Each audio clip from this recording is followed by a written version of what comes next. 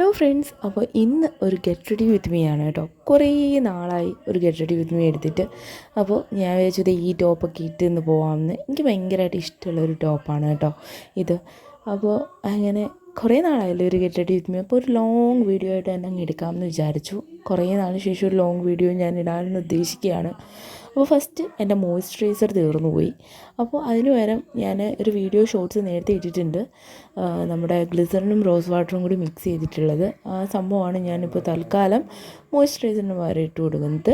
അപ്പോൾ അതൊക്കെ ഇട്ട് കൊടുത്തു കഴിഞ്ഞപ്പോൾ ഈ സാധനം വെറുതെ ഇരിക്കുകയാണ്. എന്താണ് അതിന് പറയുന്ന പേര്? അയ്യോ, ഞാൻ പേര് മറന്നുപോയി.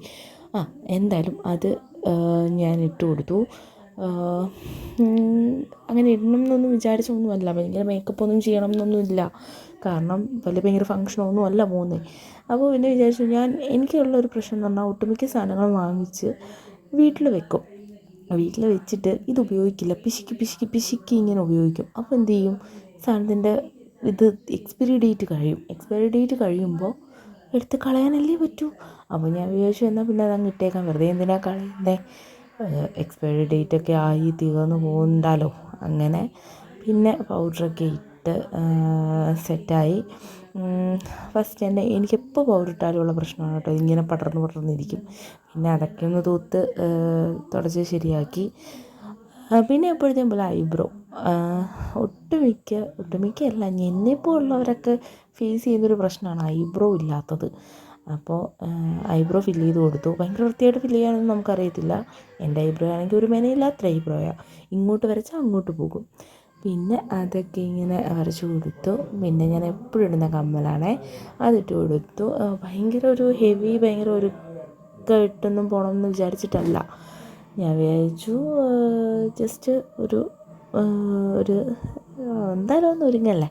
അപ്പോൾ അങ്ങനെ എനിക്ക് ഭയങ്കര ഇഷ്ടമുള്ളൊരു ടോപ്പായത് കേട്ടോ. ഞാനത് മീഷോയിൽ നിന്ന് വാങ്ങിച്ചതാണ്. അതൊന്ന് 200 രൂപയുടെ താഴെ എങ്ങാണ്ടേ ഉള്ളൂ ഇതിൻ്റെ വില. ഇതിൻ്റെ രണ്ട് സൈഡിലും ഇങ്ങനെ ഈ ഒരു കീറ്റിലുണ്ടായതുകൊണ്ട് എല്ലാവരും ചോദിക്കും ഇത് കീറിയതാണോ എന്ന്. പക്ഷേ അല്ല കേട്ടോ, നല്ല രസമാണ്. എനിക്ക് ഭയങ്കര കംഫർട്ടാണ്. നമുക്ക് കംഫർട്ടുള്ള ഡ്രസ്സിടാൻ ഭയങ്കര ഇഷ്ടമാണല്ലോ. പിന്നെ സ്ഥിരം വാച്ചൊക്കെ കിട്ടി, അങ്ങനെ സെറ്റായി. എനിക്ക് ഈ വാച്ചിൻ്റെ ഒരു ചെറിയ അലർജിയൊക്കെ ഉണ്ട്, എന്നാലും അത് വലിയ കാര്യമൊന്നുമില്ല. പിന്നെ പൊട്ടൊക്കെ കുത്തുമ്പോഴാണ് ഒരു ബെറ്ററായിട്ട് നമുക്ക് ഫീൽ ചെയ്യുന്നത്.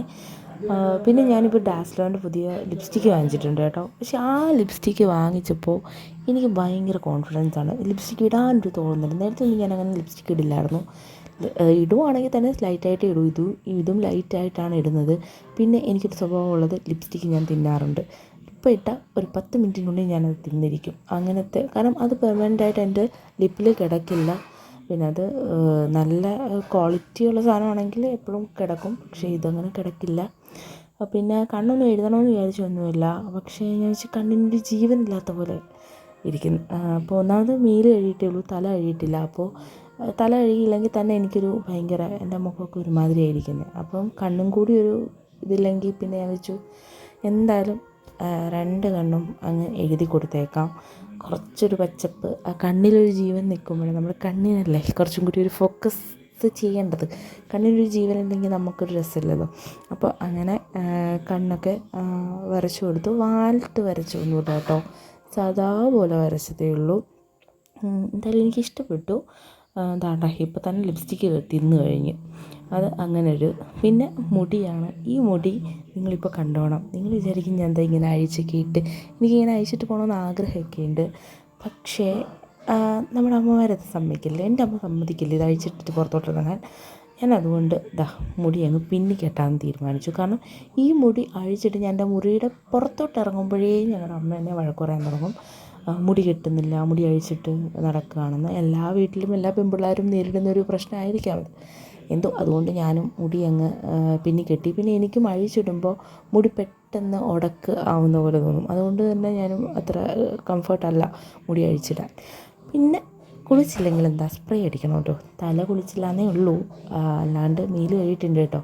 അങ്ങനെ സ്പ്രേ ഒക്കെ അടിച്ച് സെറ്റായി. ഇനിയിപ്പോൾ ഞാൻ പോവുകയാണേ. അപ്പോൾ അടുത്ത വീഡിയോയിൽ കാണാം.